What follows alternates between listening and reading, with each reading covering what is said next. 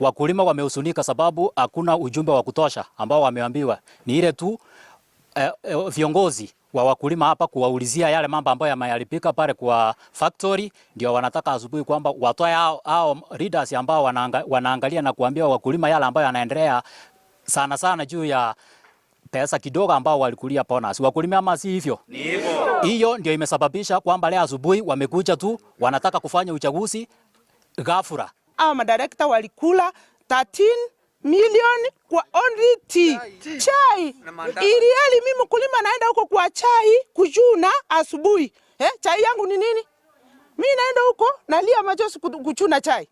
Sina kitu cha kukunywa, ni maji. Wao wanakunywa chai wameketi huko kwa ofisi. Ili ni mimi niliwachagua. Hakuna kula yenye tesa fanywa hapa mpaka madirekta watorewe, halafu na sisi tuweze kutorewa kutoka hapa. Uchaguzi unafanywa miaka 3 ikiisha ndio uchaguzi unafanywa. Tumemaliza miezi 7 peke yake. Hatuwezi toka hapa kama sisi viongozi wa ET Buying Center.